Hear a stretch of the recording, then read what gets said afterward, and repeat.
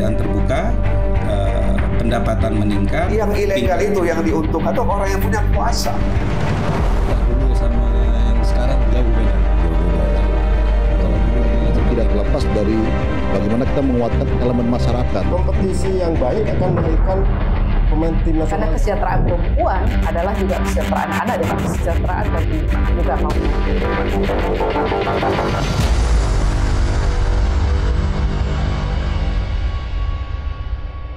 Melihat kepengurusan mereka atau masa jabatan mereka yang masih tinggal 7 bulan lagi, mungkin kita lebih secara etika, Pak. Menurut Bapak gimana ya? Ini juga sebuah kebijakan yang kelihatannya terburu-buru ya. Baru RUPS, udah itu sudah ada penetapan direktur utama yang baru. Apalagi kalau kita lihat sistem struktur manajemennya, dia komisaris, kenapa dia jadi direksi? Ada apa ini? Ada apa sih sebenarnya di Bang Aceh yang begini-begini terus? Saya pikir ini mungkin akumulasi persoalan di Bang Aceh itu sendiri. Bisa jadi selama ini untuk mengangkat direksi itu juga berbagai pesan-pesan atau tekanan politik sudah berlangsung. Apakah memberhentikan orang yang belum sampai pada waktunya di bulan suci Ramadan seperti ini, menjelang Lebaran ini gimana nih konteks ini? Kalau bahasa orang kampung kita itu hana adab. Nah, mungkin juga mereka terpengaruh dengan tekanan-tekanan tertentu. Ada pressure dari pemegang saham pengendali atau ada pressure di belakang pemegang saham pengendali. Ada pesan-pesan gitu ya? Ada pesan-pesan.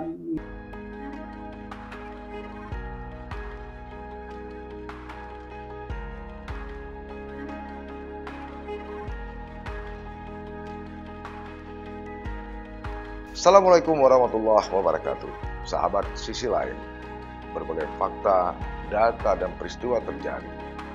Media mainstream, bahkan media sosial, melihatnya dari satu sudut, tapi kami mengungkapnya dari sudut yang berbeda. Ikuti Sisi Lain di channel YouTube Saleh Abdullah.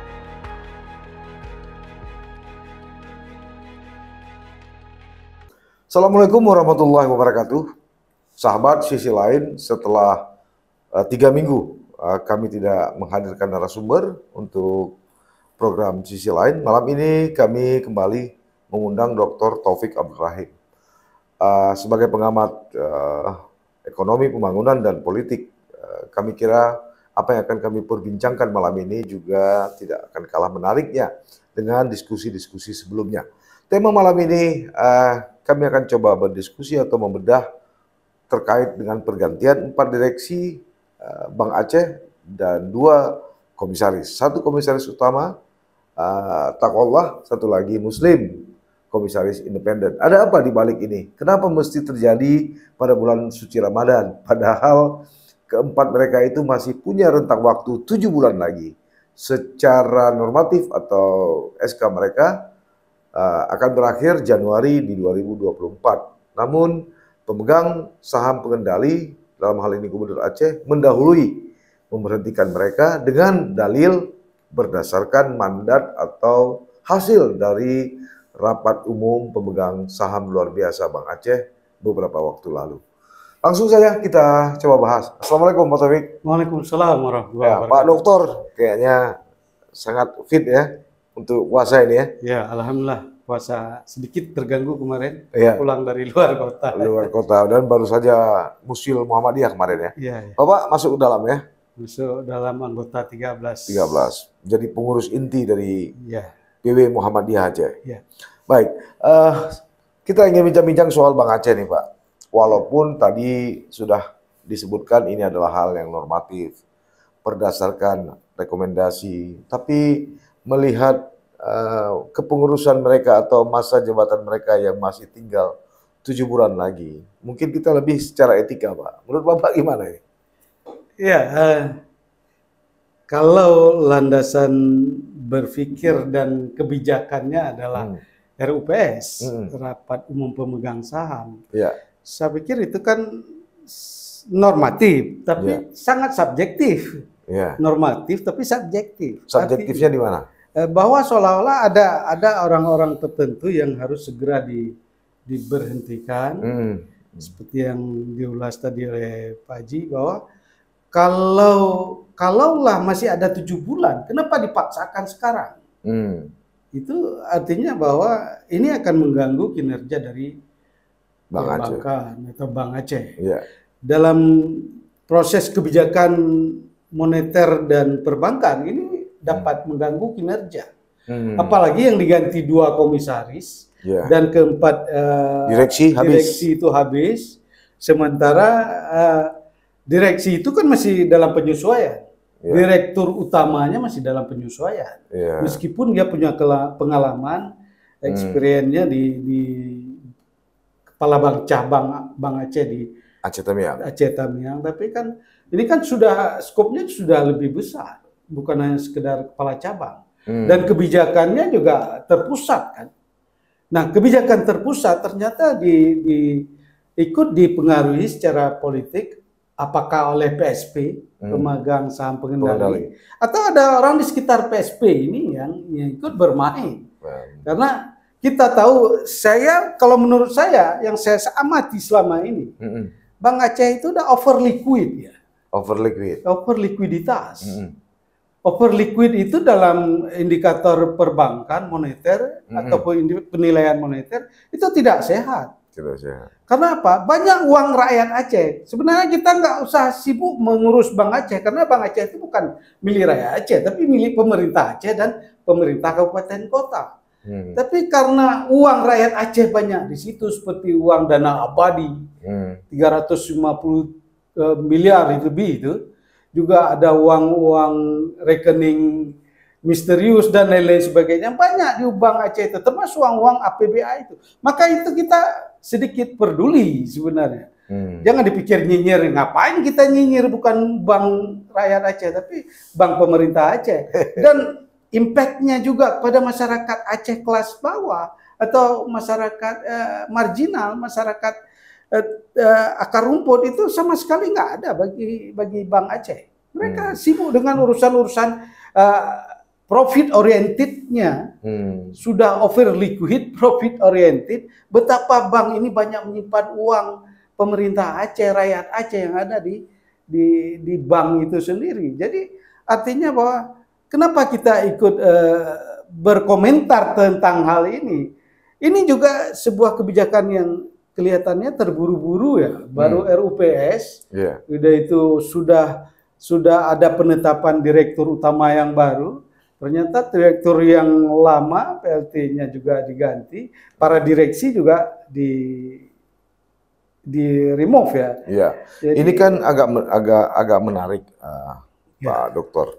Dari 4 komisaris, 2 yang tersisa. 2 lagi habis. Komisaris utama Taqwallah, komisaris independen Muslim juga habis. Yang tersisa adalah Abdul Samad, yang dulu komisaris, sekarang diangkat menjadi PLT komisaris utama. Mirza Tabrani merangkap sebagai direksi kepatuhan.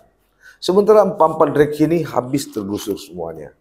Dulu janjinya Ahmad Marzuki akan pelan-pelan, tapi ini kok kayaknya seperti tadi Pak Taufik sebutkan, ini terlalu terburu-buru ya. Ya, apalagi kalau kita lihat sistem struktur manajemennya. Dia komisaris, kenapa dia jadi direksi? Ada apa ini kan? Kalau orang bahasa anak milenial sekarang ini, ada apa dengan ini? Gitu. Walaupun PLT. Walaupun PLT, tapi kan dia kan tidak mesti harus masih posisi komisaris, karena dia kebetulan mungkin tidak diganti. Komisaris yang lain sudah over, sudah di remove, tapi dia masih juga ingin menjadi direksi. Direksi itu kan punya persyaratan tertentu, walaupun PLT. Syaratnya dia kan punya sertifikasi tentang perbankan syariah, perbankan Islam. Tapi itu kita ragukan. Apa maksudnya? Itu mungkin ya bagi yang menempati, yang tahu persis apa. Mungkin ada hidden agenda ya dari pemegang saham pengendali. Itu dia komisaris, dia juga ditempatkan pada direktur bidang kepatutan. Apakah memang patut gitu? Ini kan jadi tanda tanya besar. Oke, Pak, ini agak kita lompat penciuman. Walaupun ini bukan aturan, tapi semacam tradisi lah. Dulu kan selalu Sekda menjadi komisaris utama. terakhir juga takwallah dalam posisinya sebagai Sekda Aceh sehingga dia menjadi komisaris. Nah, hari ini Sekda sudah berganti Bustami Hamzah. Beliau juga dulu sempat menjadi anggota komisaris. Ya. Tapi ini tiba-tiba kok tidak tercium Bustami Hamzah. Kan bisa beliau sebagai PLT komisaris utama. Kenapa mesti diangkat Abu Samad? Menurut Pak Taufik, ada nggak sesuatu di balik ini? Apa mungkin disharmonis nih antara Sekda dengan... Bisa jadi. Bisa jadi. Karena Sekda ini hari ini saya dengar juga tidak mau terlalu diatur. Oh gitu. Iya. Ya, apalagi ada tanda kutip ya. Quote-to-quote itu ada mafia di sekitar pengambil kebijakan ini yang mungkin dia bisa jadi dia melawan gitu. Bisa jadi karena dia melawan, jangan letakkan dia menjadi komisaris utama. Jadi dia coba diamputasi. Nanti mungkin secara pelan-pelan atau tiba-tiba nanti juga diganti umpamanya. Kan? Ini kan menjadi aneh Pak ya. Sekda yang sudah definitif, dulu memang tradisinya Sekda sebagai komisaris, ini jangankan diangkat komisaris utama definitif, untuk PLT pun tidak bisa. Harusnya kan bisa lah di float PLT dulu gitu kan. Ini kok diambil yang lain gitu ya? Mungkin ada pengaruh injeksi lain terhadap PSP itu ya. Iya. Jadi injeksi di sekitar, mungkin ada injeksi orang tertentu. Karena apalagi Bang Aceh ini kan over liquid yang saya katakan tadi, uangnya banyak di situ. Dari mana yang bisa dia? Kalau diangkat Sekda sebagai, hari ini kan wakil gubernur nggak ada, berarti pengendali kebijakan anggaran itu ada pada Sekda. Nah, kalau Sekda ditaruh juga kepada komisaris utama, kemungkinan dia akan tahu beberapa pos-pos yang tidak bisa dikotak-atik oleh pemegang saham pengendali dan direktur utama yang baru. Direktur utama yang baru kan masih penyesuaian. Dia kan tidak serta-merta tahu persis semua kinerja Bank Aceh Syariah itu. Jadi Bapak mencium ada sesuatu ya, kenapa posisi Sekda ini tidak tersentuh ya? Iya, saya perkirakan karena mungkin saya dengar juga selama ini antara Sekda dengan beberapa orang yang ikut mempengaruhi kebijakan dia lawan. Ya, mungkin ya Sekda juga sudah bosan dengan seperti itu kan. Dia juga punya pengalaman birokrasi sebelumnya dan pernah mengundurkan diri sebagai kepala dinas gitu. Pada periode yang lalu. Hari ini dia diangkat sebagai Sekda, dia tahu persis ada gerakan-gerakan atau kebijakan-kebijakan yang tidak sesuai dengan kepentingan rakyat Aceh lah. Kita anggap saja seperti itu. Asumsi kita ada keinginan untuk kepentingan rakyat Aceh, mungkin dia tidak setuju. Bisa jadi karena ketidaksetujuan dia itu lalu dia dieliminir. Dan tidak diakomodir untuk sebagai tim yang memperkuat PSP kan. Nah, dalam konteks ekonomi, Pak, menurut Bapak berapa lama bisa kita tolerir ya kekosongan direksi yang 4 orang ini untuk seperti Bank Aceh ini berapa lama kira-kira? Karena sayang juga kan kalau terlalu lama kan? Iya, kalau terlalu lama mungkin mengganggu. Tapi sekarang sistemnya kan masih. Sistem itu sudah dibentuk, mungkin direksi dalam 1-2 bulan ini kan harus segera mengisi para direktur yang lainnya. Jadi apakah direktur kepatuhan itu sangat penting sehingga harus ditaruh PLT dari komisaris? Kan saya pikir sedikit aneh juga. Sementara direktur-direktur yang lain belum ada PLT? Belum ada. Sementara itu ada apa dengan Bank Aceh ini? Jadi bisa jadi secara kalau kontrol moneter dan perbankannya kan ada OJK dengan Bank Sentral ya, Bank Indonesia. Berarti kalau menyangkut dengan uang ataupun peredaran uang atau sirkulasi uang, mekanisme pengaturan uang di bank itu mungkin mendapatkan perhatian dari Bank Sentral dan OJK. Tapi mungkin ada kebijakan-kebijakan manajemen kebijakan di internal Bank Aceh itu diperlukan PLT kepatuhan. Tapi apakah demikian penting PLT kepatuhan dibandingkan dengan direksi operasional, pemasaran, bisnis dan lain-lain sebagainya? Itu juga perlu dibedah oleh orang yang paham manajemen perbankan dan moneter. Saya coba konfirmasi dengan Kepala OJK Aceh. Pak Yusri. Saya bertanya, beliau mengaku sampai Kamis sore, beliau mengaku bahwa pemberitahuan bakal adanya pergantian direksi itu ada sama beliau. Artinya berbarengan dengan laporan hasil RUPS LB. Iya.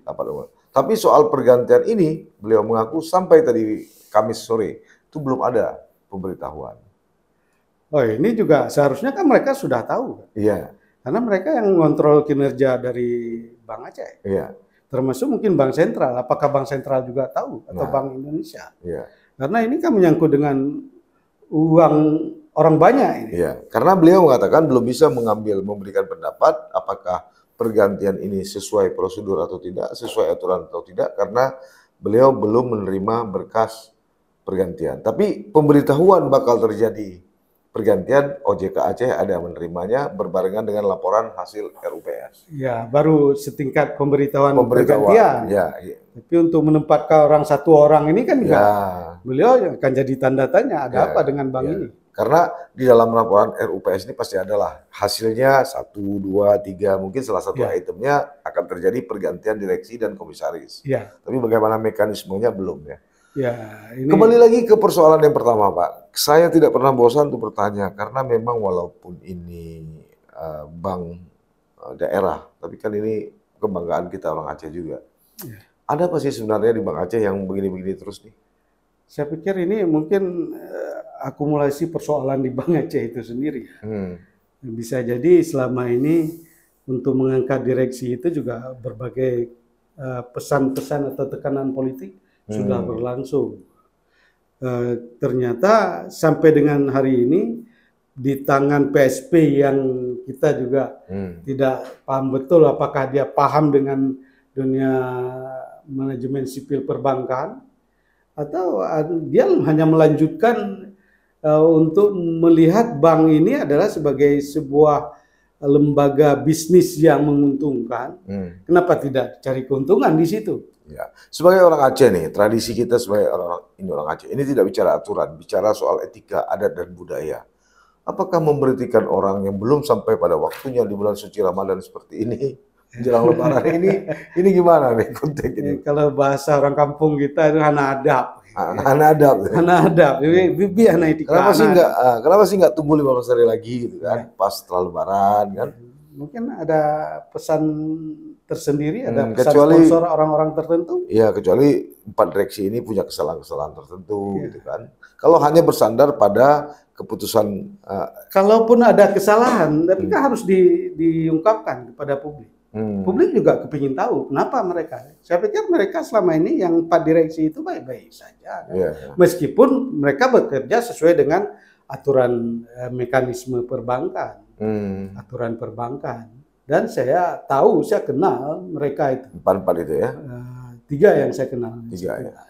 Jadi saya pikir mereka juga orang yang punya prestasi bagus. Secara intelektual dan akademisnya lumayan bagus. Jadi tidak semata-mata karena hasil rapat RUPS, lalu walaupun masih ada waktu 7 bulan lagi berakhirnya. Kalau itu keputusan RUPS angkuh dan sombong sekali ya. Saya pikir para kepala daerah yang saat ini memegang jabatan sebagai pemegang saham, dan semua itu mereka ini kan sebelumnya tidak di kepala daerah.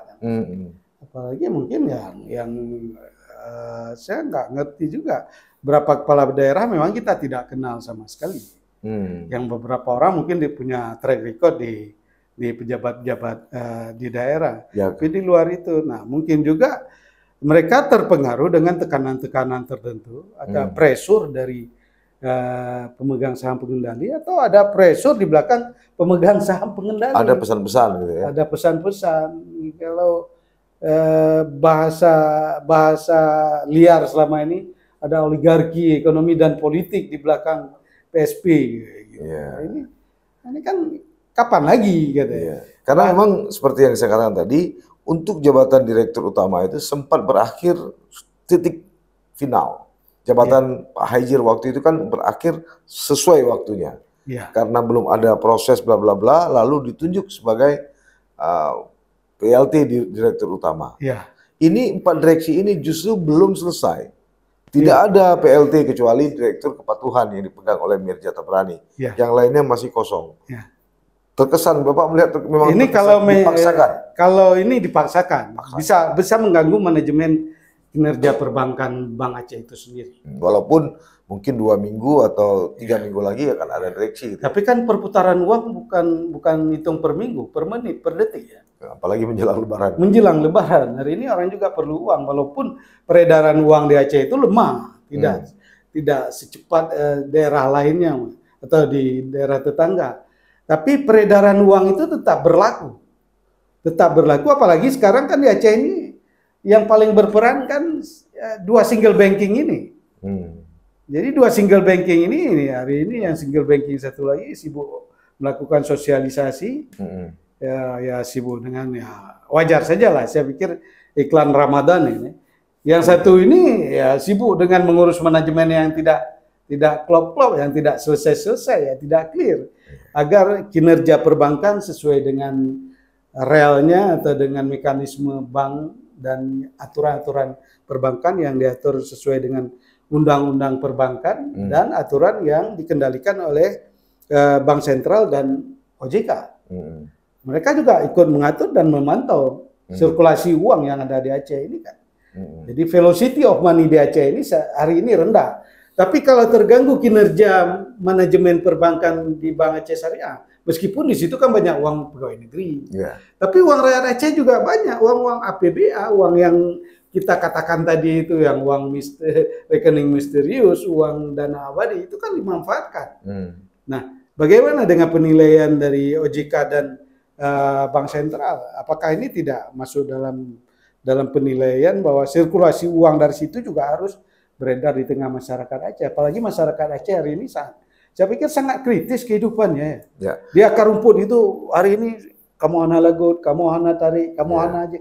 Banyak bahasa yang kita dengarkan kalau kita mau duduk mendengarkan keluhan mereka. Oke Pak, ini kan kosong direksi. Tentu kan ada rekrutmen yang baru, baik secara internal maupun eksternal gitu ya. Bapak sendiri mengusulkan kriteria seperti apa? Melihat tantangan ke depan, khususnya Bank Aceh ini akan semakin kompetitif dengan bank-bank yang lain. Mungkin ada aturan dan mekanisme di Bank Sentral dan OJK. Yang kedua mungkin internal mereka juga punya aturan sesuai dengan nomenklatur yang diatur, apakah ADART, atau notaris. Ada juga aturan OJK gitu ya. Enggak, menurut Bapak mana lebih strategis taktis? Apakah diambil dari internal atau membuka lagi peluang bagi eksternal? Saya pikir selama ini dari eksternal juga gabu ya. Gabu lebih ya. Silahkan aja pilih yang internal tapi prestasinya bagus. Ada penilaiannya. Ada penilaian. Mereka punya penilaian tersendiri. Orangnya siapa? Mereka mungkin punya indikator menentukan siapa para direksi yang mengisi kekosongan direksi yang 4 ini. Oke. Baik Pak Taufik, terima kasih atas kehadirannya. Sangat menarik juga nih, memang karena bulan Ramadan. Nggak bisa tajam-tajam juga. Sahabat Sisi Lain, itu tadi pembicaraan kami mengenai seputar pergantian 4 direksi Bank Aceh dan 2 komisaris Bank Aceh. Kami tidak mengambil kesimpulan ada apa di balik semua ini, kenapa terlalu tergesa-gesa, kenapa tidak menunggu sampai akhir, kenapa tidak menunggu paling tidak setelah Lebaran. Tadi sudah dijelaskan oleh Dr. Taufik Ibrahim. Demikian, sampai bertemu. Assalamualaikum warahmatullahi wabarakatuh. Waalaikumsalam warahmatullahi wabarakatuh.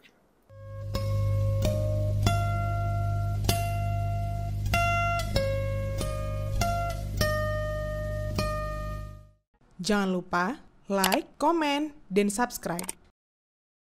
Serta aktifkan lonceng notifikasi.